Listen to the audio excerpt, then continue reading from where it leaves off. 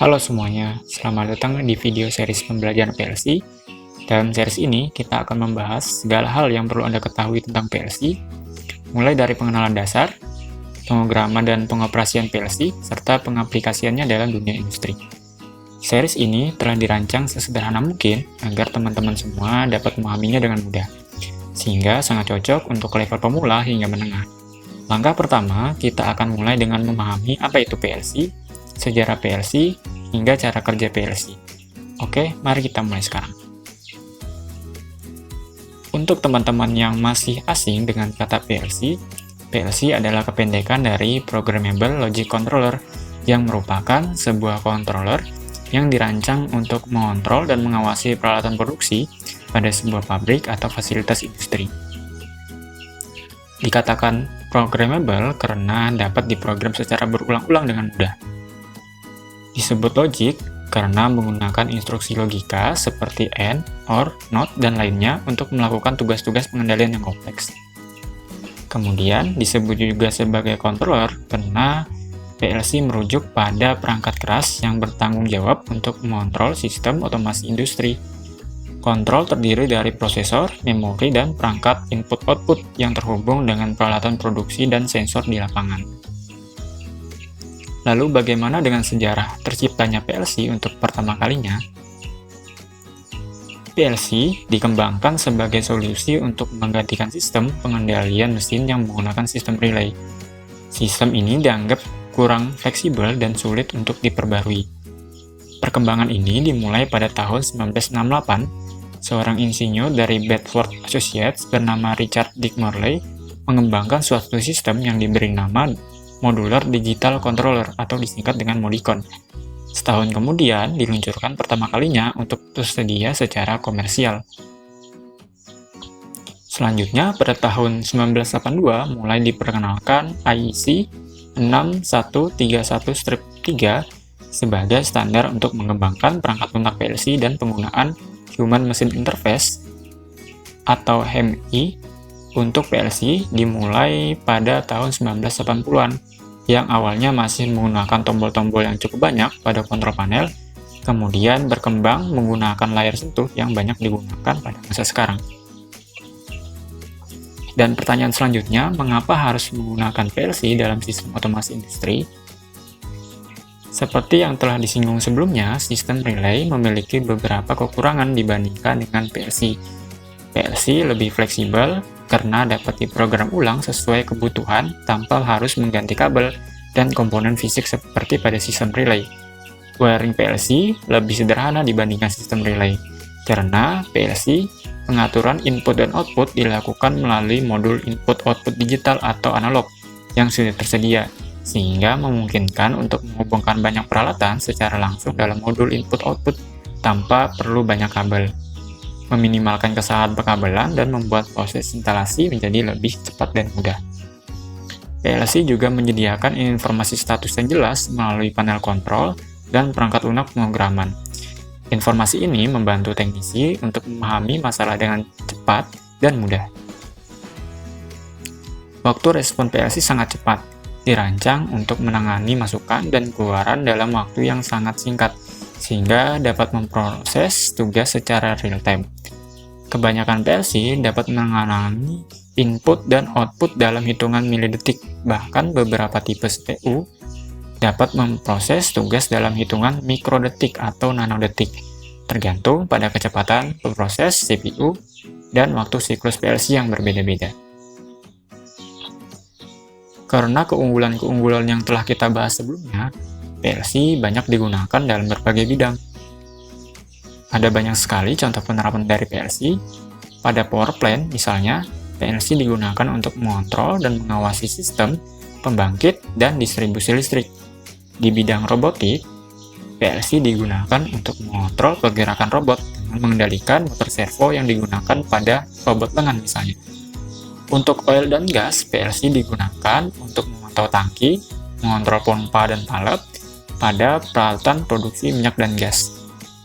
Pada pabrik, PLC digunakan untuk mengendalikan mesin CNC, mesin pengelas, mesin pemotong, dan mesin packaging atau pengemasan. Di bidang Chemical plant juga memiliki peran yang penting seperti memantau dan mengendalikan suhu pada reaktor kimia, bisa juga pada pengaturan sistem water treatment.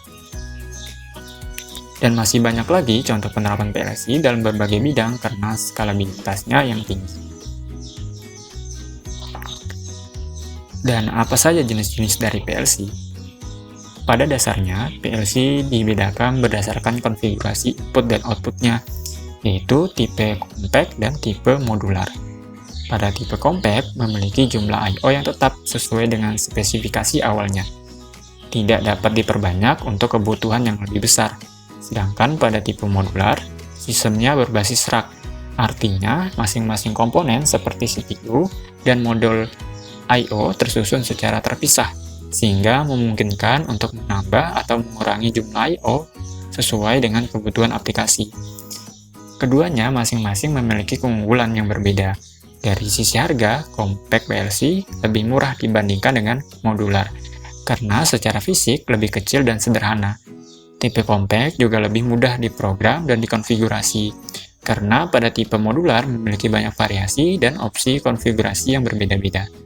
Namun, tipe modular memiliki keunggulan lebih fleksibel untuk berbagai aplikasi I/O modul, karena dapat diatur sesuai kebutuhan dan lebih mudah untuk diperbaiki, karena dapat diganti secara terpisah. Dari keunggulan dan kekurangannya, tipe compact cenderung lebih cocok untuk proyek skala kecil, dan tipe modular lebih cocok untuk proyek skala besar. PLC memiliki arsitektur yang terdiri dari beberapa komponen utama. Yang pertama, CPU atau Central Processing Unit, yang berfungsi sebagai pusat pengolahan data dan pengambilan keputusan. Seperti halnya otak manusia, CPU pada PLC menerima input dari berbagai sensor melalui modul input, kemudian mengolah dan memproses informasi tersebut sehingga dapat mengambil keputusan untuk menghasilkan output yang diinginkan secara otomatis berdasarkan program yang telah dibuat oleh pengguna. Modul input dan output pada PLC dapat menerima berbagai macam bentuk sinyal. Bisa berupa sinyal digital yang hanya memiliki dua nilai, yaitu 1 dan 0 atau on dan off. Misalnya, input yang memberikan sinyal digital adalah push button, selector switch, image switch, toggle switch, dan proximity switch. Sedangkan untuk output bisa berupa indikator lamp, alarm, relay, solenoid, heater, hydraulic cylinder, dan LED display. Bisa juga berupa sinyal analog atau sinyal yang nilainya dapat berubah secara kontinu dalam rentang tertentu.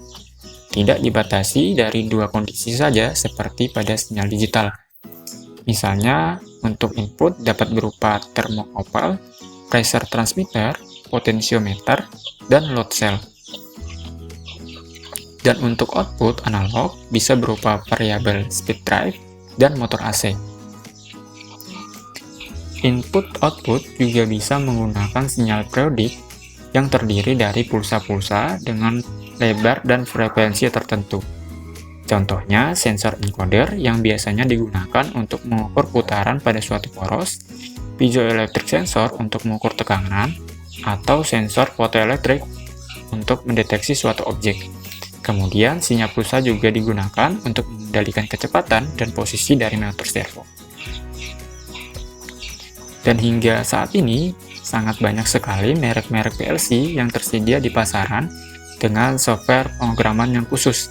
Di antaranya ada Omron dengan CX Programmer, Siemens dengan TIA Portal, Schneider dengan Unity Pro, Allen Bradley dengan RX Logic, ABB Automation Builder, dan yang lainnya. Pada sejarah PLC yang telah dijelaskan sebelumnya, kita sempat menyinggung mengenai IEC 61131-3 yang merupakan standar internasional untuk memprogram sistem kontrol industri, khususnya untuk pemrograman PLC. Standar ini berisi beberapa bahasa pemrograman, termasuk ladder diagram, function block diagram, struktur teks, instruction list, dan sequential function chart.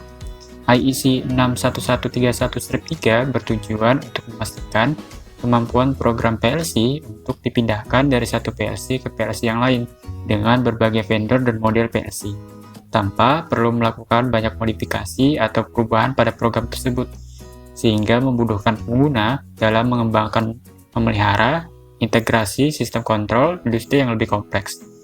Dari gambar ini, terdapat 5 bahasa pemrograman yang berbeda, namun sebenarnya memiliki instruksi perintah yang sama dalam mengendalikan suatu proses.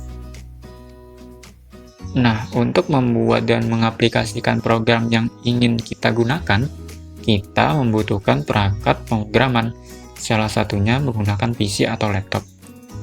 Ini adalah cara yang paling sering digunakan, apalagi jika menggunakan instruksi-instruksi yang cukup kompleks dan skala pemrograman yang besar. PC atau laptop biasanya menggunakan komunikasi serial untuk upload dan download program dengan PLC.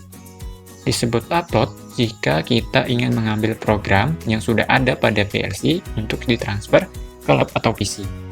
Sedangkan download digunakan untuk transfer program yang telah kita buat menggunakan laptop ke PLC. Selain itu, juga bisa menggunakan perangkat yang disebut dengan handheld programmer untuk transfer program ke PLC. Bentuknya seperti kalkulator saintifik, punya tombol-tombol dengan fungsi tertentu serta layar LCD. Alat ini portable dan cukup kecil sehingga mudah untuk dibawa dan digunakan pada ruang yang sempit. Biasanya digunakan untuk troubleshooting dan modifikasi program.